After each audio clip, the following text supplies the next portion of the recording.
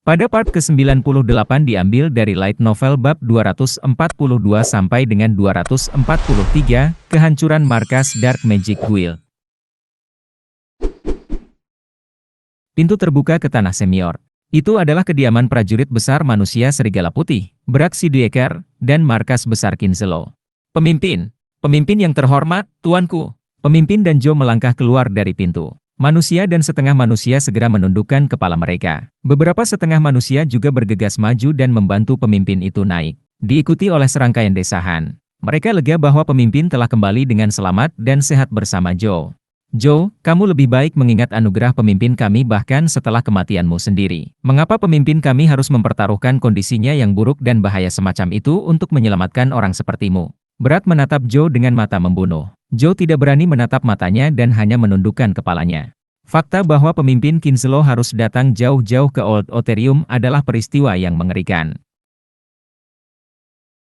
Tidak ada tanda-tanda pergerakan dari faksi yang lebih mengancam seperti Zipley dan Rankandel, jadi tidak ada yang mengira Jin dan Murakan akan melancarkan serangan ke markas Dark Magic Guild. Segalanya akan berbeda jika hanya Chukon dan Suzanne yang ada di area tersebut. Tapi Joe, orang kunci untuk melengkapi Illuminator, juga ada di pangkalan. Kematian Joe hanya akan menunda perkembangan Illuminator, yang juga akan menunda penyelesaian tujuan besar mereka. Oleh karena itu, pemimpin harus mengambil risiko bahaya dan menyelamatkannya, karena pemimpin adalah satu-satunya di antara mereka yang memiliki kemampuan teleportasi untuk kebutuhan mendesak mereka. Jangan terlalu marah padanya, Brak. Kami berdua kembali dengan selamat, kata sang pemimpin. Pemimpin yang terhormat, Anda harus memprioritaskan kesehatan Anda, bahkan jika itu berarti penundaan tujuan besar. Demi semua rekan kami yang telah menaruh semua harapan mereka pada Anda, paling tidak, saya akan melakukannya. Tapi di sana saya menemukan informasi yang cukup lucu. Informasi apa? Bamel. Dia sebenarnya putra bungsu Rankandel. Aku ingin tahu apakah Zipley dan Vermont mengetahui fakta ini. Apa? Seorang pria berteriak kaget mendengar kata-kata pemimpin itu. Itu adalah wakil kepala Kinselo, Biskel Iveliano. Wakil ketua, ada apa? Respon berlebihan karakter pendiam ini membuat semua mata tertuju padanya. Bukan apa-apa, sungguh. Tapi sungguh mengejutkan, bos. Memikirkan Jin Rankandel sebenarnya adalah Bamel. Dari apa yang saya lihat melalui mata Joe, dia tidak hanya menggunakan sihir dan kekuatan legenda, tetapi dia juga kontraktor Solderet. Dia telah melanggar sumpahnya dengan Zipley. Tampaknya Rankandel telah memutuskan untuk berperang total melawan Zipley. Kita juga harus memulai persiapan kita. Selain Jin, tidak ada seorang pun di dunia yang tahu tentang kekuatan legenda sebanyak pemimpin Kinselo. Biskel hampir tidak bisa menenangkan hatinya. Fakta bahwa dia telah bertarung melawan Bouvard di pesta itu, dan alasan dia mengunjungi bengkel patung beberapa bulan yang lalu. Apakah mereka semua sengaja mendekat? Karena dia tahu tentang Bouvard dan aku? Tapi kapan dan bagaimana? Menggigil dan keringat dingin mengalir di punggungnya. Mustahil untuk berpikir bahwa Jin telah menemukan identitas mereka sendiri. Informasi itu pasti berasal dari klan Rankandel, yang pasti memberi perintah pada Jin. Mereka pasti tahu bahwa semua pembawa bendera mereka memiliki mata-mata kita, dan itulah sebabnya mereka memerintahkan pembawa bendera cadangan mereka, Jin, untuk menyelidiki aktivitas kita. Mereka pasti menduga bahwa kami tidak akan terlalu memperhatikan pembawa bendera cadangan mereka. Imajinasi Biskel segera terbang. Dia menggertakkan giginya. Dia pikir dia yang harus disalahkan atas segalanya, dan bahwa dia seharusnya memata-matai Jin saat Bouvard dan Jin terus bertemu. Itulah yang seharusnya dia lakukan sebagai wakil ketua. Pertemuan terakhir sangat mencurigakan. Jin bertingkah sangat aneh ketika dia datang ke bengkel patung dan meminta duel dengannya, menggunakan Bouvard sebagai alasan. Dia telah membuat pernyataan dan tindakan yang sangat berani untuk menarik perhatian Biskel. Pada saat itu, Biskel telah mengartikannya sebagai fase puber seorang pendekar pedang muda, tapi sekarang dia mengerti kenapa Jin bersikap seperti itu. Ya, tepat setelah Jin pergi hari itu, saya mulai mendiskusikan kembalinya Kompas dengan Bouvard. Saat itulah aku merasakan gerakan samar. Alasan Jin berusaha keras untuk menarik perhatianku adalah menempatkan seseorang yang bisa mendengarkan percakapanku di bengkel patung. Dia juga ingat bagaimana hari itu dia membahas semua detail dengan Bouvard tentang kembalinya Kompas. Ingatan tentang bagaimana dia membisikkan setiap detail ultra rahasia terakhir, termasuk tempat dan waktu pengembaliannya dan fakta bahwa aliansi mereka dengan Zipley secara resmi dihentikan. Dan pada hari pertama bulan Juni, Bamel, pria yang baru saja mengungkapkan dirinya sebagai Jin Rankandel, telah tiba di negara feodal Belard, yang seharusnya menjadi tempat pertemuan rahasia petugas Zippley dan Kinslow. Setelah upaya mereka yang gagal untuk mengambil kompas, pertemuan darurat yang tak terhitung jumlahnya telah diadakan di Kinslow, dan bahkan lebih banyak penyelidikan dan hukuman telah dilakukan dalam upaya untuk mencari tahu siapa yang membocorkan informasi tersebut. Biskel merasa seluruh tubuhnya benar-benar kehabisan darah. Dia harus memikul tanggung jawab. Pemimpin yang terhormat, aku punya sesuatu untuk. Biskel hendak mengatakannya dengan suara lemah. Oh, sialan semuanya. Tiba-tiba, pemimpin itu menampar dahinya dengan tangannya saat dia tersentak. Ada apa, pemimpin? Aku meninggalkannya di sana. Sial, keadaannya sangat buruk sehingga aku lupa membawanya. Aku tidak percaya aku melakukan kesalahan seperti itu. Apa yang kamu bicarakan? Oh, tunggu. Tidak mungkin. Pemimpin itu menundukkan kepalanya pada pertanyaan berat dan menghela nafas. Versi terakhir dari bola api berkobar penghancur. Warisan Riol Zippley yang kami simpan di markas Dark Magic Guild. Aku tidak membawanya. Joe, mungkin kamu bisa membawanya. Tolong beritahu aku kamu melakukannya. Oh, itu, pemimpin, aku juga sedang terburu-buru. Kamu idiot yang tidak berguna. Joe, kamu seharusnya menjadi ketua persekutuan sihir hitam. Bagaimana kamu bisa melupakan hal seperti itu? Haruskah pemimpin kita memikirkan setiap hal kecil untukmu? Berat menunjukkan matanya yang membunuh lagi setelah mencengkeram leher Joe. Prajurit Berat hebat. Turunkan aku. Kita bisa membicarakan ini. Aku mencoba. Aku mencoba membawanya, tapi tanganku dipaksa. Apakah kamu bercanda sekarang? Aku sangat marah, aku akan meledak. Kaarg, hei. Seseorang singkirkan cacing ini dari wajahku dan pastikan aku tidak melihatnya untuk saat ini karena aku mungkin akan membunuhnya jika aku terus menatapnya. Berat melempar Joe ke tanah dan langsung mengangkat kakinya. Dia ingin meremukkan tengkorak Joe, dia sangat marah. Oh tidak. Prajurit hebat. Lord Great Warrior, pemimpin kami telah melakukan segala yang mungkin untuk menyelamatkanmu dan membawamu kembali. Tolong, kendalikan dirimu. Kepala Joe terhindar dari semangka yang hancur berkat Halfman lainnya yang melompat untuk menghentikan Berat. Pria serigala besar itu tidak dapat menahan amarahnya dan terus merokok dengan amarah, bahkan setelah melancarkan serangan amarah. Ini adalah kerugian besar. Saya telah kehilangan kartu berharga yang bisa digunakan melawan Zippley. Ini bahkan lebih membuat frustrasi karena saya berencana untuk segera bertemu dengan Keliak untuk menegosiasikan versi final dari orb api berkobar penghancur. Sialan! Manusia-manusia ini, mereka tidak pernah benar. Sialan! Tatapan Berat tertuju pada Biskel, yang tetap membeku. Tentu saja, itu tidak termasuk kamu, wakil kepala. Jika cacing manusia ini memiliki seperempat dari kualitasmu, aku tidak akan pernah merasa begitu frustrasi. Kamu semua adalah manusia, tetapi bagaimana kamu bisa begitu berbeda? Pemimpin itu mengangguk, matanya tertuju pada Joe saat dia diseret oleh Halfman lainnya. Biskel merasa jantungnya akan meledak. Kejadian ini sebagian salahku juga, dan tidak ada yang bisa kita lakukan. Kerusakan sudah terjadi, jadi kita harus menemukan cara untuk mengendalikannya. Berat, kirim Halfman tercepat ke Oterium. Mungkin ada kemungkinan bocah itu, Jin, tidak mengambil buku sihir itu. Sangat tidak mungkin dia tahu bahwa buku sihir itu ada di sana, jadi mari kita tetap berharap pada itu. Ya, pemimpin yang baik. Saya akan mengirimkannya segera. Biskel, kamu akan bertanggung jawab atas Karl Zippley mulai sekarang. Jika kita tidak dapat mengambil buku sihir, kita harus menggunakannya sebagai alat negosiasi.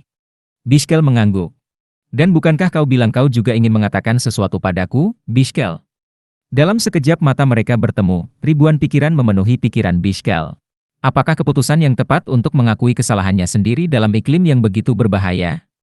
Dia menemukan jawabannya dalam apa yang disebutkan pemimpin itu 10 detik yang lalu.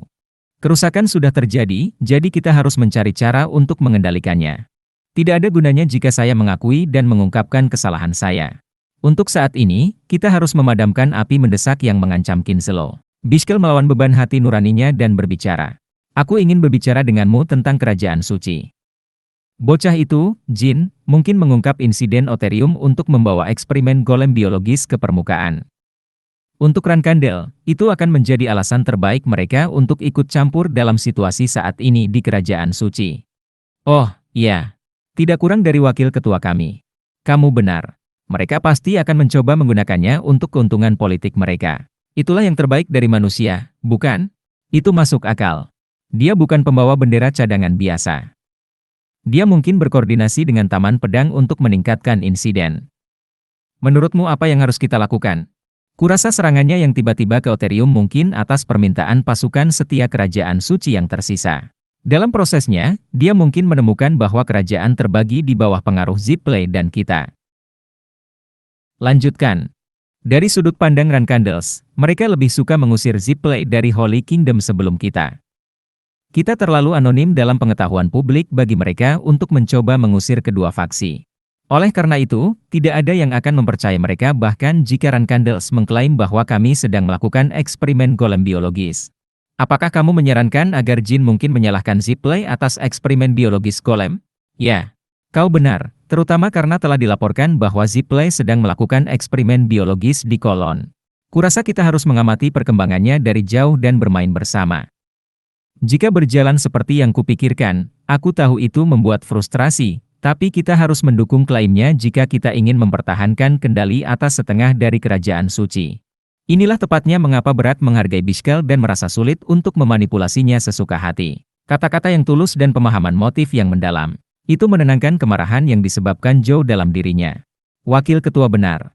Sungguh menggelikan bagaimana kita harus bermain bersama sekali lagi. Tapi kita tidak punya pilihan. Sepertinya itu pilihan terbaik.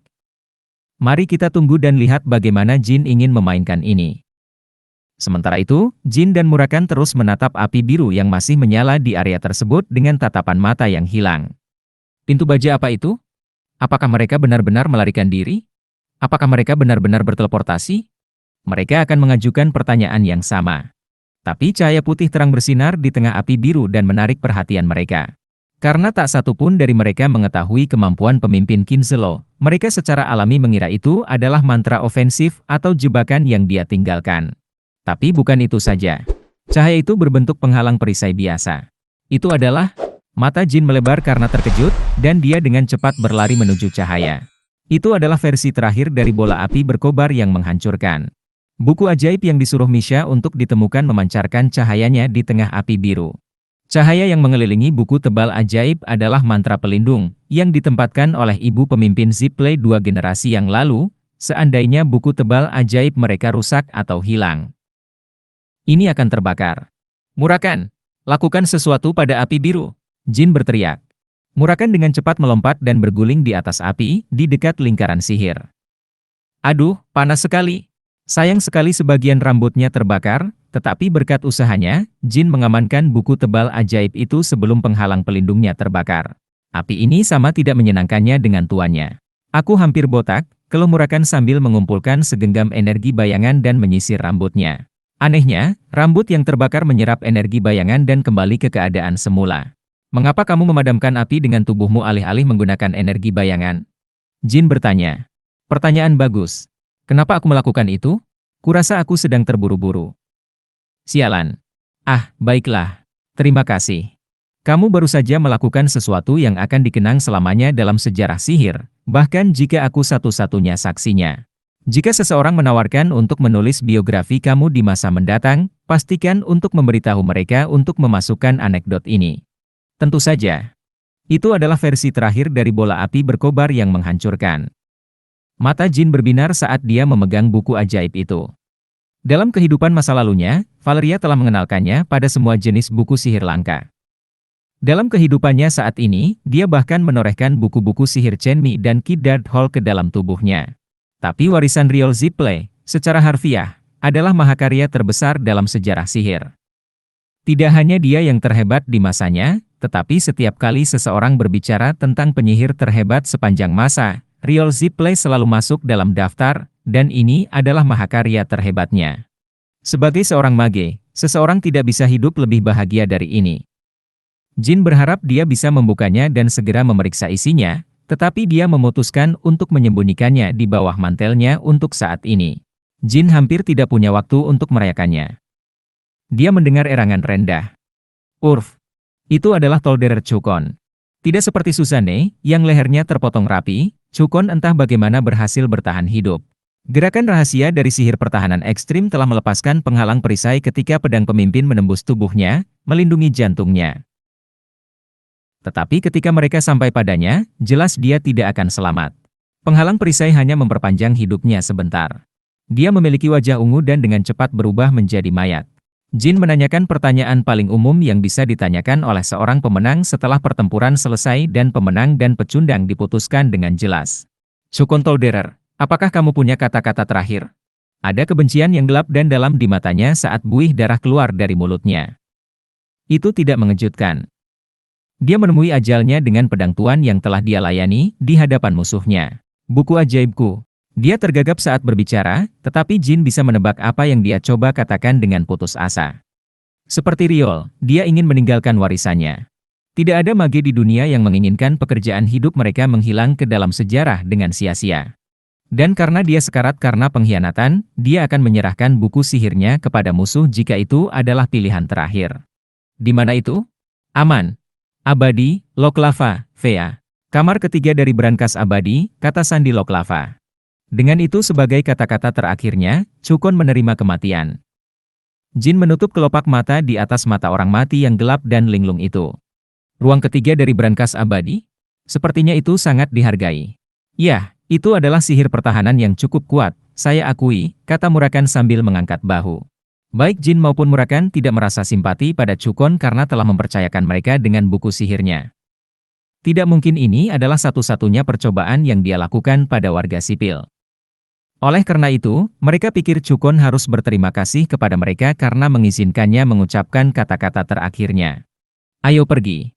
Mereka dengan cepat memasuki kastil yang hancur.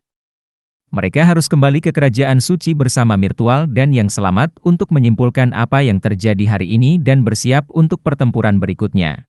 Kinselo mengetahui tentang identitasku, dan aku bahkan tidak tahu siapa pemimpin mereka.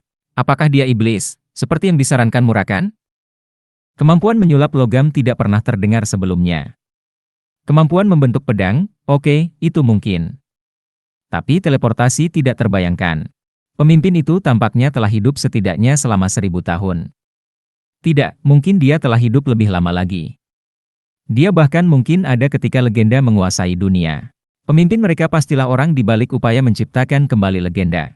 Dia juga tahu tentang saudara-saudaraku. Alasan dia hanya membawa Joe bersamanya mungkin karena dia adalah orang kunci dalam pembuatan ulang mereka. Selain itu, entah bagaimana dia berhubungan dengan Temar. Murakan benar-benar menunjukkan reaksi yang aneh ketika pemimpin mereka mengklaim bahwa Murakan yang kelebihan muatan, bukan Temar.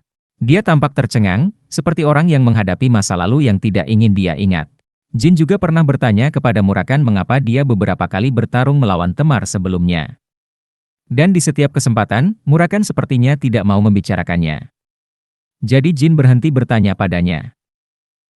Dia sendiri yang akan memberitahuku jika ada sesuatu yang perlu ku ketahui tentang Temar.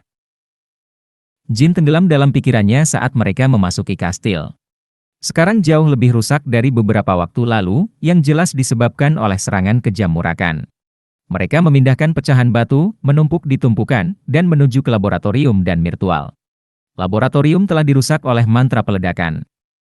Tidak ada satupun fasilitas yang terkait dengan eksperimen yang tetap utuh. Semuanya hancur, membuatnya jauh lebih sulit untuk menemukan pintu jebakan ke jalan rahasia. Mirtual. Mirtual Sila. Di sini. Di sini. Itu bukan Mirtual. Mereka mendengar suara asing dari sekelompok pria di kejauhan. Jin dan Murakan memindahkan puing-puing untuk menemukan sumber suara dan membuka tanah.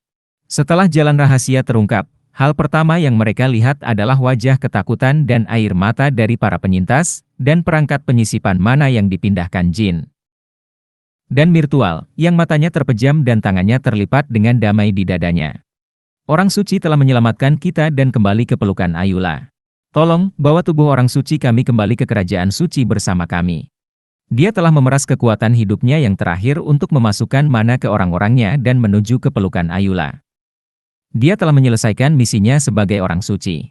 Mungkin dia tahu dari awal bahwa dia akan mati jika dia ingin menyelamatkan mereka. Itu sebabnya dia dengan putus asa memintaku untuk menunggu di sini. Dia bukan penyembuh biasa. Dia adalah seorang suci. Tapi ada alasan bagus mengapa dia mati saat mencoba menyelamatkan mereka. Ada jejak eksperimen di sekujur tubuhnya, seperti cahaya hati yang menonjol dari tubuhnya, lengan golem, atau ekor di punggungnya. Mereka hampir tidak bisa dianggap sebagai manusia biasa lagi. Saat mereka berada di ambang transformasi, dia harus menuangkan seluruh kekuatan hidupnya ke perangkat penyisipan mana jika dia ingin menyelamatkan mereka. Mereka meminta kami untuk memberikan ini kepadamu, mengatakan bahwa itu harus dikirimkan kepada Yang Mulia. Jin melepas jubahnya dan menutupi tubuhnya. Salah satu yang selamat memberinya sebuah buku dan liontin. Itu adalah liontin virtual, dan buku itu adalah buku harian. Dia telah merekam semua yang terjadi di tempat ini sejak dia menyusup ke Dark Magic Guild sebagai mata-mata atas perintah Holy King, setiap hari. Tolong, pergi, ayo kembali sekarang. Itu adalah hari terakhir festival manifestasi. Matahari menyinari ibu kota Vankela seolah-olah Ayula sendiri yang memberkati pemandangan itu. Sebuah kereta raksasa berwarna putih bersih berdiri di tengah alun-alun kota yang padat. Miklan dan Lani palsu berdiri di atas gerbong, melambai kepada orang-orang. 30 ksatria suci dari perisai emas mengelilingi kereta untuk melindunginya, dan prosesi orang suci mengikuti di belakang.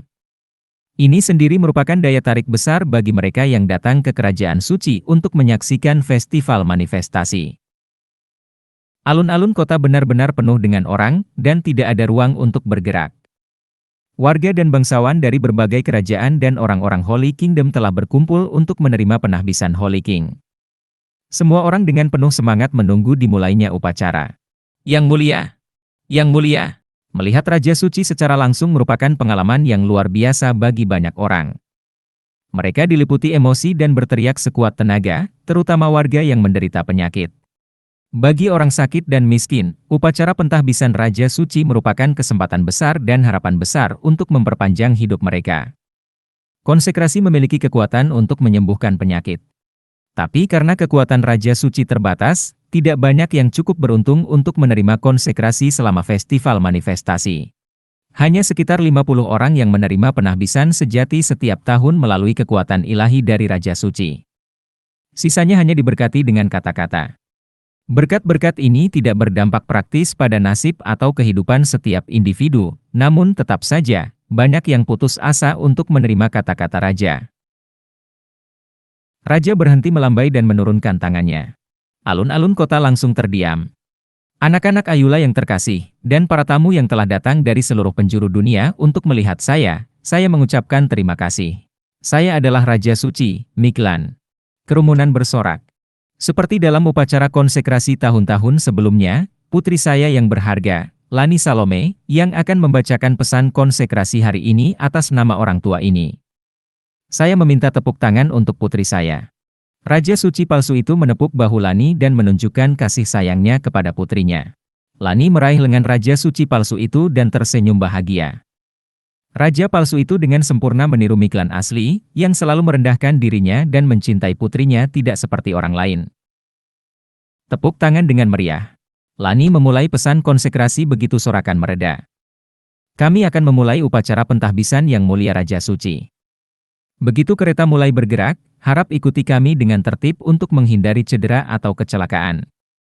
Seperti dalam kebanyakan upacara semacam ini, orang-orang yang menerima pentahbisan sejati melalui kekuatan suci sudah ditentukan sebelumnya, meski tidak banyak orang yang mengetahui fakta ini. Gerbong maju dan berhenti sebentar di lokasi di mana orang-orang yang ditakdirkan untuk konsekrasi berkumpul. Di setiap perhentian, Raja Suci turun dari gerbong untuk mencium kening mereka dan memberkati mereka sementara Lani membacakan pesan konsekrasi. Semoga kehendak, hati, dan cinta Ayula bersamamu. Konsekrasi sejati diberikan kepada sekitar 40 orang tanpa masalah besar. Orang lumpuh mulai berjalan setelah konsekrasi, dan orang buta mulai melihat cahaya baru. Para penonton, tergerak oleh keajaiban yang terjadi, mulai menangis. Saat itulah sekelompok Vankelan yang mengenakan jubah muncul dari kerumunan dan memblokir jalur kereta. Mereka tidak termasuk orang-orang pilihan. Yang Mulia! Yang Mulia! Dengarkan cerita kami! Kerumunan mulai mencemooh. Gangguan seperti itu biasa terjadi setiap tahun selama upacara konsekrasi, jadi mereka tidak terlalu memperhatikannya. Raja Suci tersenyum penuh belas kasihan pada para penyusup. Lani berbisik di telinganya. Berkatilah mereka, Ayah. Anda juga turun dari gerbong untuk mereka yang menyela tahun lalu, ingat. Raja Suci palsu itu mengangguk. Pada saat itu, dia dan klan Ziple memutuskan bahwa Lani telah menyerah sepenuhnya dan mulai bermain bersama. Mereka juga menganggapnya sebagai akibat dari siksaan mental yang terus-menerus selama dia disekap oleh Fitura. Raja Suci turun dari kereta dan bertemu dengan mereka. Ya, anak-anak Ayula. Seberapa berat rasa sakitmu sehingga kamu mencariku? Tolong, ceritakan kisahmu. Mereka yang mengganggu prosesi mengangkat kepala mereka yang tertunduk. Yang mulia, kami. Mereka mengangkat kepala dan melepas jubah mereka, memperlihatkan tubuh aneh yang mengandung jejak eksperimen biologis. Astaga, apa itu? Tidak. Para penonton yang melihat sekilas pemandangan mengerikan itu tersentak dan menjerit. Raja suci palsu itu bergidik dan menyadari ada sesuatu yang salah. Lani menggigit bibir bawahnya dan mengalihkan pandangannya. Dia berusaha untuk tidak menangis saat melihat ke arah Fitura, yang membalas tatapannya dengan wajah tanpa ekspresi. 30 ksatria suci perisai emas yang menjaga kereta juga mengertakkan gigi dan menatap Fitura. Mereka menyeret kami ke laboratorium di luar keinginan kami dan mengubah kami menjadi seperti ini. Siapa yang melakukan ini padamu? Raja suci palsu melakukan yang terbaik untuk tetap tenang. Segalanya hanya akan menjadi lebih buruk jika dia membiarkan kepanikan mengambil alih. Mereka menjawab, kepala ksatria suci, Fitura.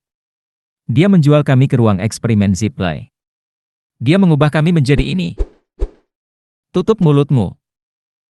Shing. Fitura menghunus pedangnya saat dia berteriak. Lani tidak bisa mengalihkan pandangan darinya. Dia mencoba yang terbaik untuk tidak menangis.